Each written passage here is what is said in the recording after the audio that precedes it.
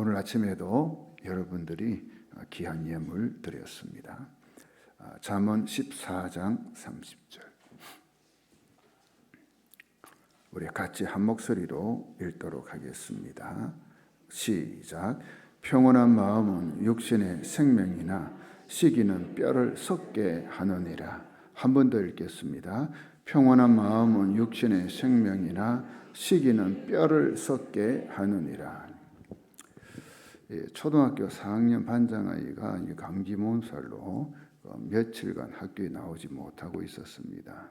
몇몇 가까운 아이들이 주머니에 있는 이 동전을 모아 사탕과 과자 한 봉지 사서 병문안 가게 되었습니다. 그런데 이 부반장 아이는 따라 나서지 않고 그냥 집으로 돌아가고 말았습니다.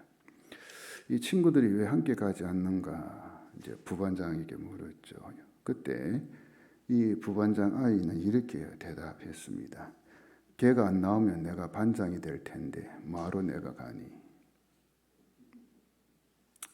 이 시기적 질투하는 마음은 어른이나 아이 할 것 없이 가지고 있는 모양입니다.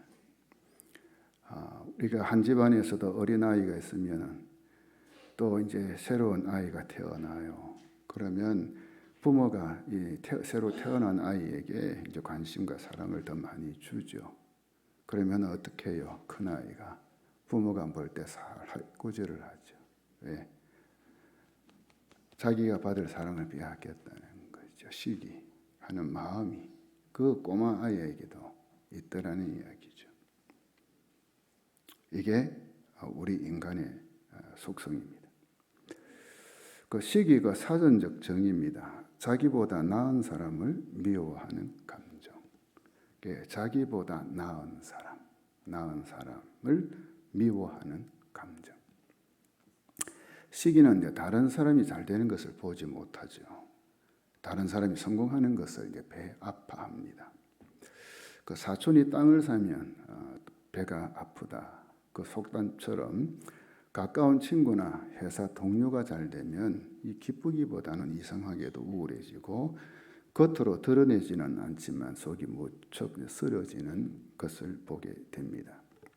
그 헬무트 쉐에게 말입니다. 시기하는 사람은 탐나는 물건을 갖고 싶어 하지도 즐겨하지도 않고 다만 다른 사람이 그것을 갖는다는 사실에 도무지 견디지 못하는 사람이다. 자기가 가지고 있고 안 가지고 이게 문제가 아니고 다른 사람이 가지고 있다는 것. 그것에 대해서 마음을 상하게 하는 거죠. 그래서 영국의 신학자이자 작가인 도로시 세이어즈는 시기란 가지지 못한 자들이 가진 자들에 대해 느끼는 감정이라 라고 하면서 친구의 행복해하는 모습을 보기 싫어하는 것이라고도 했습니다. 그러니까 한국인은 배고픔은 해결했지만 배 아픔은 아직 해결하지 못했다. 다시 한번 해볼까요? 한국인은 배고픔은 해결했지만 배 아픔은 아직 해결하지 못했다. 이 소설가 김홍신의 말입니다. 아마도 이 시기에 대한 적절한 표현이 아닐까 생각하죠. 독일의 철학자인 쇼펜하우어는 인간은 남이 가진 것을 보면 본능적으로 자신이 갖지 못한 것을 쓰라리게 떠올린다라고 했습니다. 그러니 우리가 하나님 믿든 믿지 않든 세상에서 그냥 잘난 사람들, 철학자들까지도 이 시기에 대해서 이렇게 언급을 하고 있는 겁니다. 오늘 읽었던 이 잠언 14장 30절이죠. 평온한 마음은 육신의 생명이나 시기는 뼈를 썩게 하느니라. 이 뼈를 썩게 한다. 그 자신의 뼈. 어제 첫 시간에 교만에 대해서 나누었습니다. 그 교만은 내가 남보다 우월할 때 가지는 감정이죠. 그죠? 내가 남보다 우월할 때, 그러니까 잘났을 때. 자, 이것을 그 우월감이라 해요. 반면에 시기는 내가 남보다 열등할 때 가지는 마음이죠. 이게 열등감이라 하죠. 이걸. 그러니 교만과 시기는 어쩌면 동전의 양면과 같습니다. 즉 인간 관계에서 그것도 가까운 사람과의 관계에서 나타나는 그 악한 감정, 바로 죄이죠. 시기를 뜻하는 영어 단어가 envy가 있어요. envy, 그 E-N-V-Y.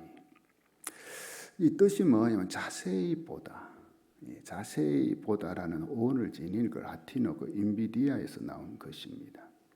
시기는 승진 소식을 듣고 기뻐하는 그 입사 동기, 회사 동료, 혹은 아들이 명문대학에 입학했다는 소식을 듣고 활짝 웃는 동창, 그 동창을 보는 것에서 시작된다는 거죠. 그 사람을 보는 것, 좋아하는 사람, 행복해하는 사람, 기뻐하는 사람을 보는 것에서. 사무엘상 18장에 보면 시기와 질투로 가득 찬 한 사람을 소개하고 있습니다. 그 사람은 이스라엘의 초대 왕인 사울입니다. 배경은 이렇습니다. 이스라엘이 블레셋과의 전쟁에서 승리를 거두죠. 이 전쟁에서 이 결정적인 공헌을 한 사람은 다윗입니다. 그래서 다윗은 개선 장군이 되어 돌아오는데 여인들이 나와서 노래하며 춤추며 악기를 연주하고 환영했죠. 여인들이 부른 환영과 요지는 이렇습니다. 사울의 죽인 자는 천천히요, 다윗은 만만이다. 자, 이것이 이제 문제의 발단이 되었습니다. 비극의 시작이 됐죠. 지금 이스라엘 왕은 사울 자신인데, 그런데 자기가 죽인 자는 천천히고 이 꼬마, 이 어린 이 청년 꼬마죠. 이 친구가 죽인 사람은 만만이라. 아니 이게 어떻게 되겠냐? 그 여인들이 노래하는 것을 들은 이제 이 사울의 그 반응이 이제 18장 8절 9절에 나오죠. 사울이 그 말에 불쾌하여 매우 화를 내며 속으로 말하기를 다윗에게는 만만을 돌리고 내게는 전천을 돌리니 그가 얻을 것이 왕국 외에 더 무엇이 있겠는가 하고 그날 이후 사울이 다윗을 주목하기 시작하였다. 그날 이후 사울이 다윗을 주목하기 시작하였다. 자, 여기서 주목에 해당하는 히브리어가 아인인데 여기에 눈을 의미합니다. 주목하다, 우리 눈, 그러니까 눈으로 주목하잖아요. 따라서 위의 구절을 직역하면 사울은 시기로 가득 찬 눈으로 다윗을 바라보았다. 그때부터 계속 누구만 바라봐요? 쳐다봐요? 다윗만 이제 보는 거예요. 그 NIV 영어 성경에서는 이 부분을 시기하는 눈으로 번역해놨어요. 시기하는 눈.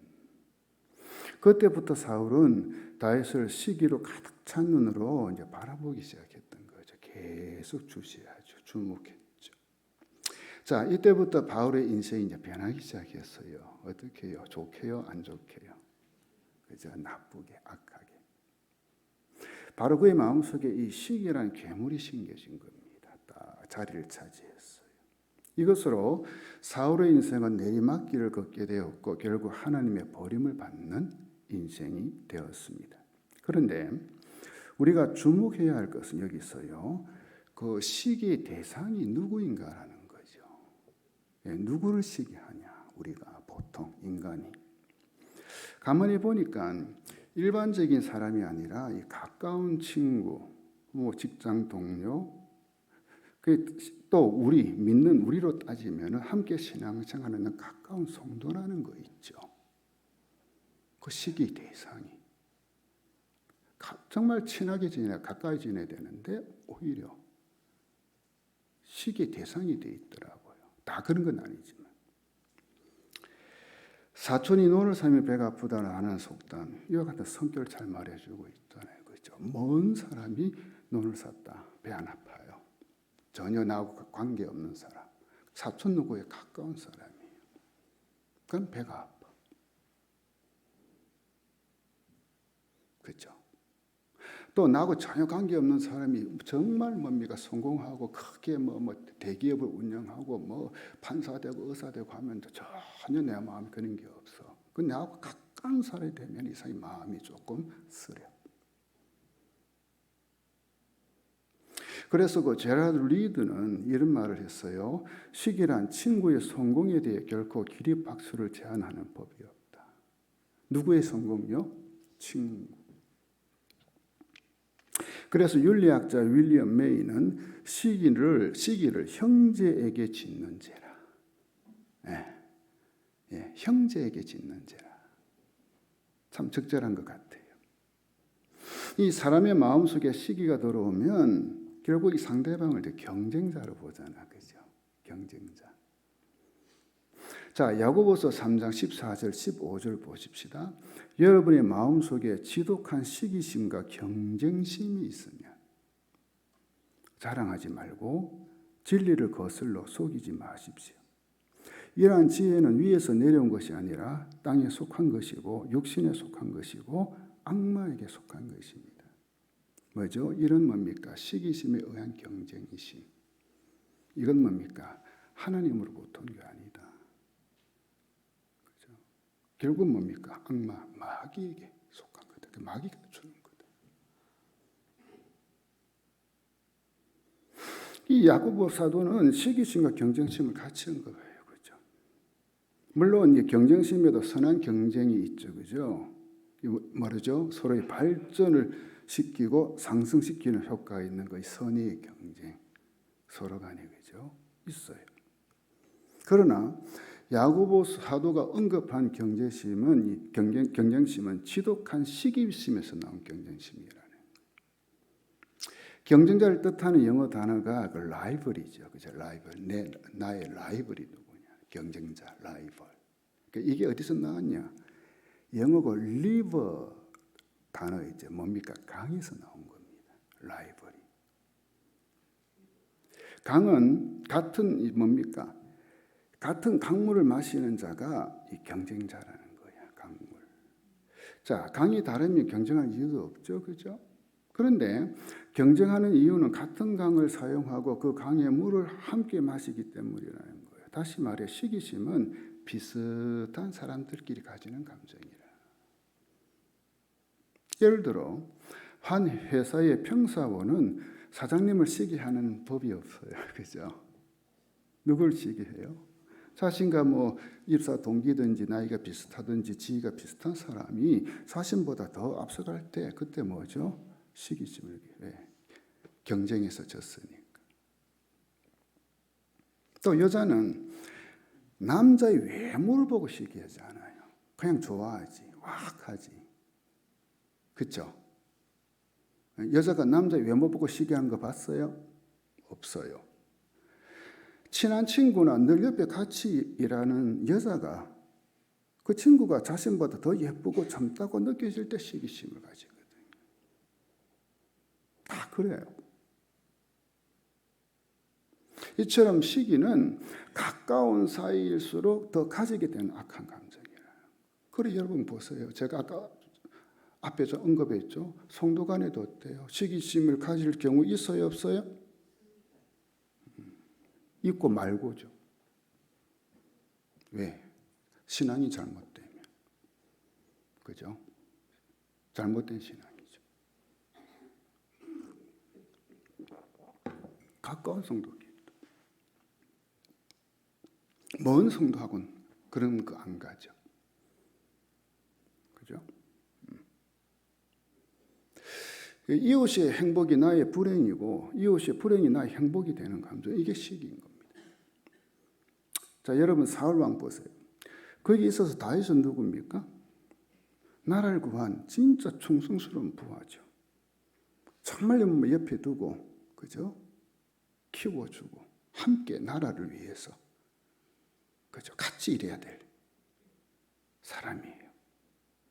그렇다면 누구보다도 고마운 마음을 가지고 대해야 할 대상 아닌가요?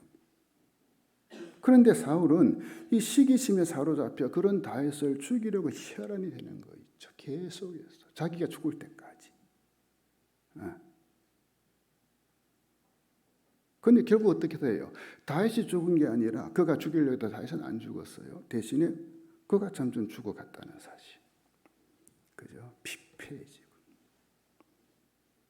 그의 영혼, 그의 삶 모든 것 다. 이 악독한 시기심의 노예가 되어 점점 황폐해지기 시작했다는 거예요. 이게 시기심. 그렇다면 도대체 시기가 사람의 인생에 어떤 영향을 주는지 살펴볼 필요가 있죠. 이 사울의 일생을 통해 시기를 통해 돌아오는 폐해를 볼 수 있습니다. 첫째 뭐냐? 시기는 인간이 가진 능력을 제한시킵니다. 사람이 시기에 사로잡히게 되면 더 이상 자신의 장점을 발휘하지 못합니다. 본래 사울은 여러 가지로 훌륭한 자질을 참 많이 소유한 사람이었습니다. 사무엘상 9장 2절이죠. 기스에게 아들이 있으니 그의 이름은 사울이요 준수한 소년이라. 이스라엘 자손 중에 그보다 더 준수한 자가 없고 키는 모든 백성보다 어깨 위만큼 더 컸더라. 이스라엘 자손 중에 가장 준수한 사람이었어요. 키는 모든 백성보다 어깨만큼 더 크고요. 그 완전 장군이죠. 그리고 사울의 아버지가 이 암나기를 잃어버린 사건이 여기 계속해서 등장하잖아요. 그죠? 9장에. 그때 사울은 아버지의 명을 받고 잃어버린 나귀를 찾으러 다니 열심히 농땡이 안 치고 열심히 그러다가 하나님 사람을 만나죠. 사울은 아주 예의가 바르게 그 선지자에게 도움을 요청했습니다. 그리고 그는 하나님의 사람을 존중히 여기는 태도를 보여요. 사울이 이런 사람이었어요. 그뿐만 아니라 이 사무엘 선지자가 사울을 이스라엘 왕으로 세우겠다 하는 하나님의 뜻을 이제 이야기해 주잖아요. 그때 어때요? 사울이 이런 말을 하죠. 사무엘상 9장 21절에 사울이 대답하였다. 저는 이스라엘 지파들 가운데서도 가장 작은 베냐민 지파 사람이 아닙니까? 그리고 저의 가족은 베냐민 지파의 모든 가족 가운데서도 가장 보잘것없는데 어찌 저에게 그런 말씀을 하십니까? 자신은 왕이 될 자격 없다는 거예요. 겸손이죠. 겸손. 그리고 왕이 되어서 1년에 몇 번씩이나 전쟁을 치르게 되자 그 전쟁에서 뛰어난 지략과 용병성을 발휘해서 나를 구한 인물이기도 하고요. 그렇죠? 그런데 여러분 보십시오. 정말 괜찮은 인물 아닌가요? 사람 아닌가요? 저는 이 초창기 처음에 사울 같은 사람이 좀 우리나라 대통령이 되면 얼마나 좋을까?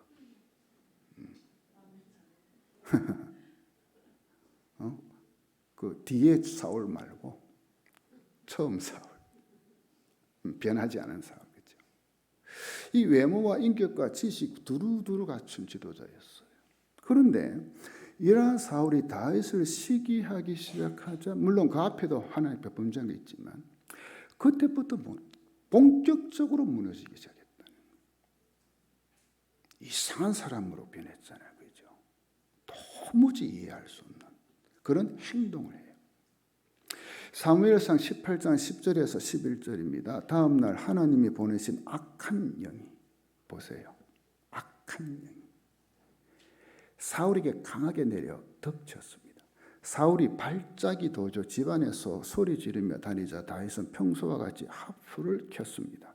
그때 사울의 손에 창이 들려 있었는데 그는 다윗을 벽에다 박아 버릴 테다 하고 혼잣말을 하며 창을 던졌습니다. 그러나 다윗은 두 번이나 그에게서 몸을 피했습니다. 이 사울의 마음에 시기가 들어가니 이 악한 영이 임해요. 그죠? 결국 악한 영이 임해요. 다시 말하면 시기 질투하는 마음은 악한 영의 지배를 받게 된다는 거죠. 그래서 우리가 시기의 영, 질투의 영이라 하죠. 그죠? 성령이 아니고 악령이죠. 그리고 더 무서운 것은 다윗을 죽이려고 창을 던지는 거예요. 즉 살인의 영이 사울에게 들어갔어요. 그 후로 계속해서 자기가 죽을 때까지. 사람이 시기하게 되면 이 상대방을 죽이고 싶은 마음이 드는 거 있죠. 저거 없어져야 되는데, 내 눈앞에서 사라져야 되는데, 그래야 내가 좋은데. 무섭죠. 이처럼 시기는 그 사람이 가지고 있는 능력과 장점을 제한해 버려요. 그죠? 하나님이 주신 건데 그걸 그렇게 그냥 날려버려요. 둘째, 시기는 인간의 일상적인 삶을 빼앗아 버립니다. 사람이 한번 시기하기 시작하면 자신의 모든 에너지를 거기에 집중하게 돼 있어요. 그러니까 주야로 시기하고 질투하는 대상만 생각하죠. 아까 제가 봤죠. 사울이 그 후로 뭡니까? 다윗을 뭐 했다고? 주목했다. 계속 다윗만 보는 거예요. 온통 자기 관심이 이게 다 다윗에게만, 상대방에게만. 자, 여러분 보십시오. 우리가 하는 말씀을 묵상해야 하는데 그 사람만 묵상하는 거예요. 밤에 자다가도 깨서 생각날 정도가 돼요. 그 사람 미워하고 정하는 감정에서 헤어나오지 못하고 말게 되는 거 있죠. 그러니 그의 삶이 어떻게 되겠어요? 그 정상적인 삶을 살 수가 없어. 그 사무엘상 18장 9절에 보면 그날 후로 사울이 다윗을 주목하였다 이 말씀. 그러니까 모든 삶이 딱 뭡니까? 그 포커스가 누구에게? 자기의 삶이 하나님 주신 삶이 아니라 시기하는 그 사람에게 딱 맞춰져 있는. 그러다 보니까 뭡니까? 전쟁, 이 블레셋과 전쟁하다가도 다윗이 어디 있다는 보고를 받으니까 뭡니까? 하다 말고 중단하고 다윗을 또 뭡니까? 죽이려고 하는 거 있죠. 그런 어처구니 없는 짓을 했어요.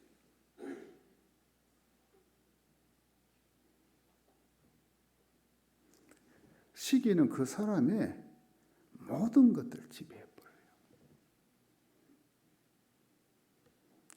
저걸 어떻게 할까? 그것만.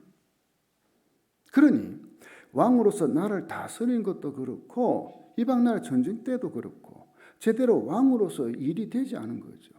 그리고 더 중요한 것은 또 하나 있어요. 삶의 기쁨이 없다는 거. 있을 수가 없죠.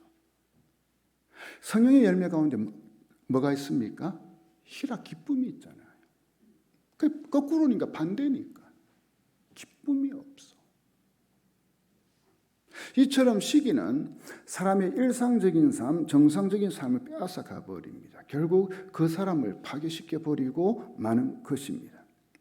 그 황금의 입으로 알려진 초대교회 역사에서 그 유명한 안디옥 교회 감독이었죠. 그 요한 크리소스톰. 황금의 입이라는 것은 설교를 너무 참 잘했기 때문에 황금의 입이라 이런 이제 닉네임이 붙여진 분이었죠. 이분의 말이 시기는 의복을 갉아먹는 존벌레처럼 사람을 갉아먹는다. 자신을 스스로 갉아먹어버려요. 자, 여러분 이것을 아셔야 됩니다. 시기 질투는 상대방을 허무는 것이 아니라 결국 시기하고 있는 나 자신을 허문다는 것, 파괴시킨다는 것. 이스라엘의 민담 가운데 이런 이야기가 있습니다. 어느 날 천사가 한 여자에게 나타나서 내가 너를 축복하겠다. 그리고 네가 원하는 친구 한 사람에게는 너에게 주는 축복보다 갑절 더 많은 축복을 주겠다. 그런 친구가 있느냐라고 물었어요. 너한테는 그 축복을 하나 주면 그 친한 친구한테 2개 주겠다. 이거 2배로 주겠다 이거예요. 그러자 이 여자는 갑자기 자기가 시기하고 있는 한 친구 생각이 났습니다. 그래서 천사에게 천사님, 저에게 주실 축복을 갑절이나 더 줄 사람이 있습니다. 라고 의기양양하게 말했어요. 천사가 물었어요. 그럼 너에게 어떤 축복을 주기를 원하느냐, 바라느냐? 이 여자의 말, 제 눈을 하나만 멀게 해 주십시오. 자기 눈 하나 멀게 되면 그 친구 눈은 어떻게 돼요? 2개 다 멀어버리니까. 결국 자신의 눈을 한쪽 잃게 해서라도 시기한 친구 2 눈을 다 잃게 만들고 싶었던 거죠. 결국 누구를 파괴시켜요? 먼저는 자기죠. 이 시기한다는 게 얼마나 무서운 것인가 보여주는 이야기죠. 자, 오늘 말씀 다시 우리 한번 읽어봅니다. 잠언 14장 30절, 이번엔 바른 성경입니다. 마음의 평안은 몸에 활력을 주지만 시기는 뼈를 썩게 한다. 그렇기 때문에 우리는 시기하고 질투하는 마음을 제거해야 되겠죠. 왜냐하면 시기 질투는 마귀로부터 오는 것이기 때문이죠. 그리고 나를 허무는 아주 무서운 이 바이러스와 같은 존재. 그게 시기입니다. 사무엘상 18장 12절 보십시오. 여호와께서 사울을 떠나 다윗과 함께 계심으로 사울이 그를 두려워한지라. 이 사울의 마음속에 시기가 들어와 꽉 차버리니까 하나님께서 그를 떠나고 말아요. 하나님 떠났다는 것은 그를 버렸다는 거겠죠. 그죠? 바로 성령님의 은혜, 감동, 역사가 없는 사람이 되고 말았다. 그리고 또 명목상 사울 누굽니까? 그래도 하나님 믿는 사람이잖아요. 하나님 버려버렸어요. 여러분 이것보다 불행한 일이 어디 있어요? 응? 하나님의 버림을 받는 거예요. 하나님은 시기하고 질투하는 사울을 버리셨어요. 그리고 다윗과 함께 했죠. 이것으로 그의 인생은 사실상 끝난 인생이 되고 말았죠. 그죠? 사실 끝났어요. 볼 거 없어요. 왜? 그의 인생은 더 뭡니까? 추하고 악하고. 그렇다면 시기하고 질투하는 마음을 극복하는 방법은 뭘까? 분명히 있거든요. 첫째, 잘 들으십시오. 하나님 나에게 주신 것을 바라보는 눈이 있어야 됩니다. 시기는 뭐 어떤 눈이라 했어요? 상대방을 본다 했잖아요. 그죠? 근데 그 눈을 상대방을 보지 말고 남을 보지 말고 나를 바라는 거예요. 내가 누군가.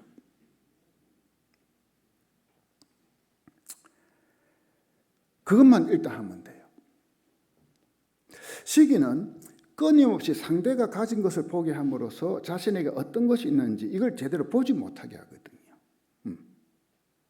분명히 본인에게도 좋은 게 많아. 장점도 있고 잘하는 것도 있고. 자, 지금 이 시간에 여러분 천천히 여러분 자신 한번 들여다보세요. 여러분이 어떤 것이 있는지. 정말 놀라울 정도로 남다른 재능 있습니다. 왜냐하면 하나님은 각 사람에게 재능, 은사, 기질, 감정 다 주셨잖아요. 남의 떡이 크게 보인다는 말이 있듯이, 그죠? 괜히 그렇게 남의 떡이 크게 보이. 사실 나에게도 떡이 커. 그러니까 남에게 있는 거 보지 말고 자기에게 있는 것을 보는 훈련을 해야 된다는 거예요. 예수님께서 말씀하신 달란트 비유를 보십시오. 어떤 사람 5달란트, 2달란트, 1달란트 그렇게 받았잖아요. 자, 이 비유에서 예수님이 말씀하신 것은 몇 달란트를 받았는가 이게 중요한 게 아니라는 거죠. 뭐죠? 받은 달란트가 얼마이든지 간에 그냥 뭐 재능, 은사 이 모든 것 그죠? 뭐 물질, 뭐 건강 다 지위 등 얼마이든지 간에 그 받은 거 가지고 열심을 다해 일했는가, 살았는가, 충성했는가 이걸 주님 보시잖아요. 이 비유에서 예수님은 이 충성한 사람 누구든지 몇 달도 받았든지 간에 네가 참 잘했다 착하고 충성된 종이라. 몇 달도 받았든지 간에 농땡이 치고 그저 제대로 자기 있는 거 가지고 불평하고 그래 한 사람은 뭡니까? 일도 안 하고 깨어를 피우고 악하고 깨우는 종이겠잖아요. 달란트하고 상관없어요. 그러면서 이 주인의 잔치에 참여하는 영광을 누리게 해주시잖아요. 그러니 2달란트 받은 자가 5달란트 받은 사람을 시기할 필요도 없고요. 아이고 나는 왜 2달란트밖에 없어? 적게 받았다고 자기 연민에 빠질 필요도 없는 거예요. 하나님께서 자신에게 주신 것에 따라 최선을 다해 일하고 살고 충성하면 되는 것입니다. 이게 있어야 돼요. 나는 나고 너는 너다. 하나님 그렇게 지으셨다. 이 하나님의 그 주권을 인정하는 거예요. 만약에 이 시기시면 결국 뭐죠? 하나님의 주권을 인정하지 않는 거예요. 얼마나 하나님 앞에서 큰 죄인가요? 하나님 주권을 인정하지 않는 거예요.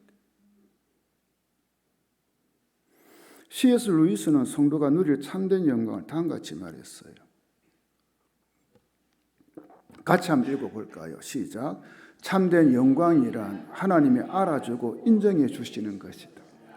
따라해 볼까요? 하나님이 알아주면 됐지. 근데 보통 인간은 어때요? 옆에 사람과 자꾸 비교하면서 옆에 사람들 알아줘야 되고 인정받아야 되고 칭찬받아야 되고, 그리고 옆에 사람들 나보다 더 잘났고 더 잘하면 괜히 마음이 씁쓸하고 쓰리고 아프고. 그죠? 하나님 알아주면. 그리고 장차 우리가 다 하나님 앞에 갈 텐데 그때 하나님 네가 참 잘했다, 참 착했다, 그것만 들으면 될 거 아니에요. 아멘이십니까?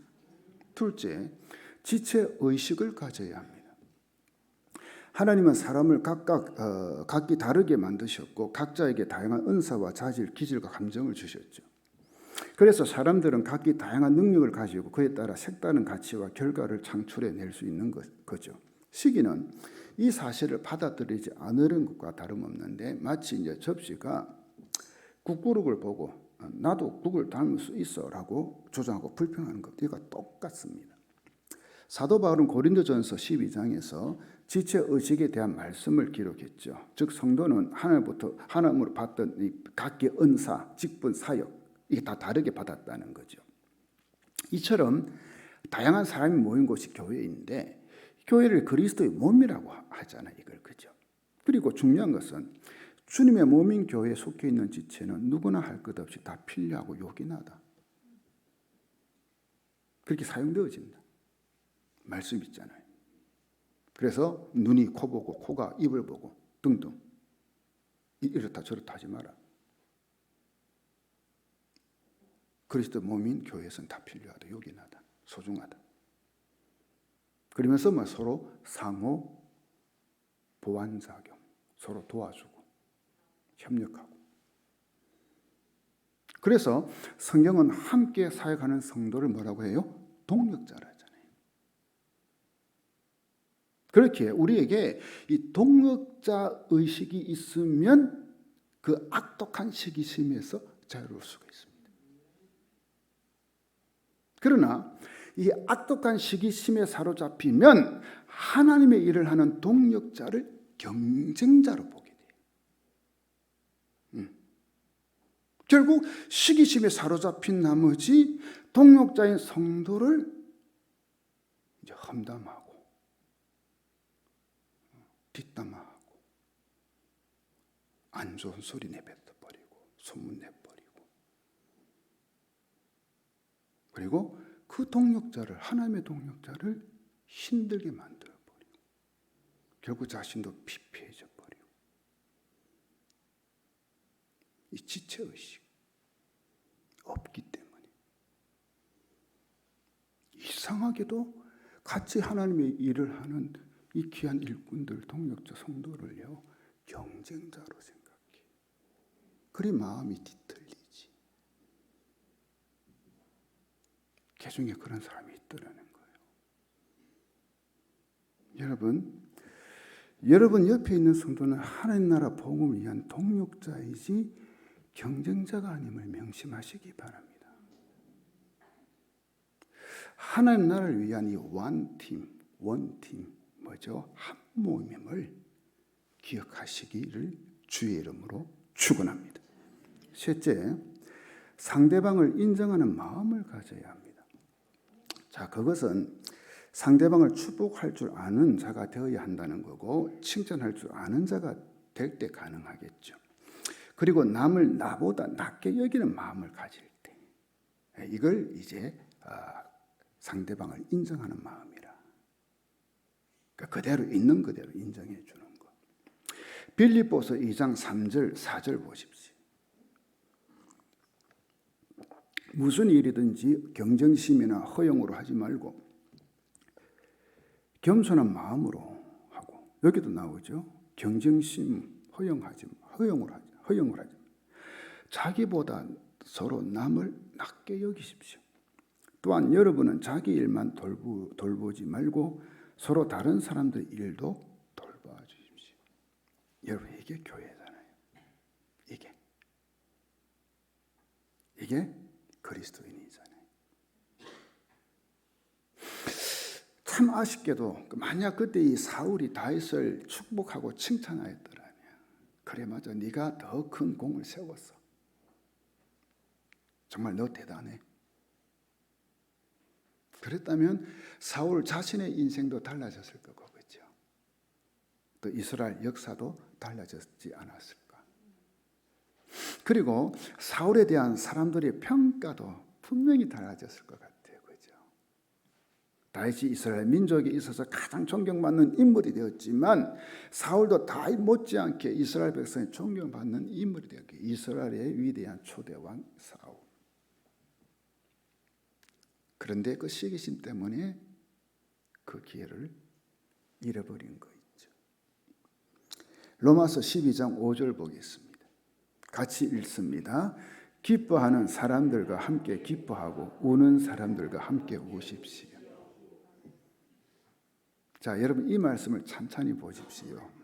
시기에 반대인 것을 발견할 수 있죠. 그죠? 그죠? 네, 시기가 들어오면 기뻐하는 사람들과 함께 기뻐 못하고 함께 불쾌해하고, 우는 사람도 함께 울지 않고 뭡니까?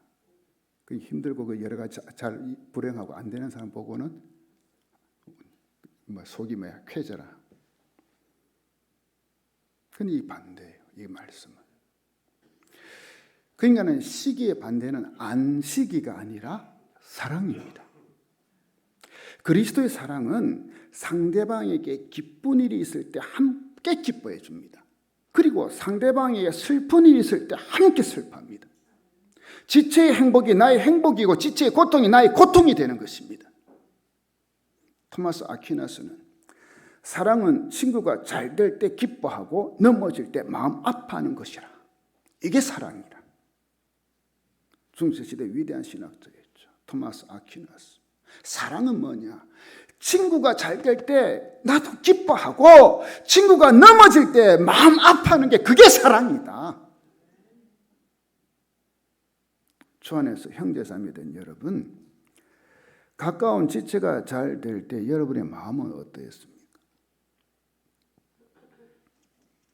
그리고 늘 함께 지낸 지체가 실패하거나 힘들고 어렵고 안타까운 일을 당했을 때, 그때 여러분의 마음은 어떠했습니까?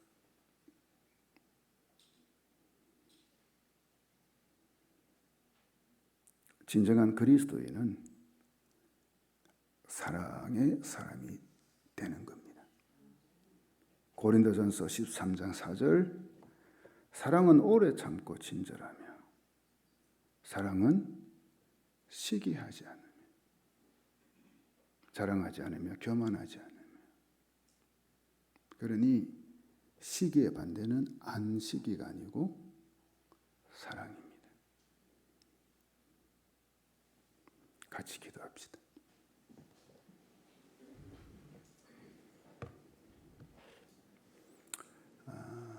오늘 이 말씀을 들으면서 다시 한번 우리 자신을 돌아보길 원합니다. 그리고 하나님 앞에 내 있는 모습 그대로 내어놓고 기도하시기 바랍니다. 어제 교만, 오늘 시기, 이 문제 해결하지 않고는 결코 하나님께서 기뻐하시는 사람이 될 수 없습니다. 우리가 하나님 믿는 사람으로서 하나님 열심히 하는 것처럼 보이지만, 그러나 하나님은 결코 그 일조차도 기쁘게 받아주지 않는다는 사실 여러분 아셔야 돼요. 내가 하는 거지 하나님께서 기뻐하시면서 보지는 않는다는 거, 그냥 내가 하는 거지. 여러분 그걸 아셔야 됩니다. 우리가 착각하는 것 중에 내가 주일 열심히 한다, 둘 중에 하나죠. 그냥 내가 열심히 하는 거예요, 하나님과 관계없이. 그런데 정말 하나님 기뻐하시는 그런 하나님의 사람이 되는 거예요. 이게 진짜 축복이죠. 오늘 말씀 다시 한번 가슴에 새기고 하나하나 성령께서 마음에 감동 주시는데 기도하다가 돌아가기를 원합니다. 그리고 여러분의 우리의 기도가 필요한 자들을 위해서 또 계속해서 중보하며 기도하시기 바랍니다. 그리고 우리 교회를 위해서도 기도하십시다. 정말 우리 교회가 어떤 교회가 되어야 될 것인가. 같이 기도하고 돌아가도록 합니다. 다 같이 기도하겠습니다.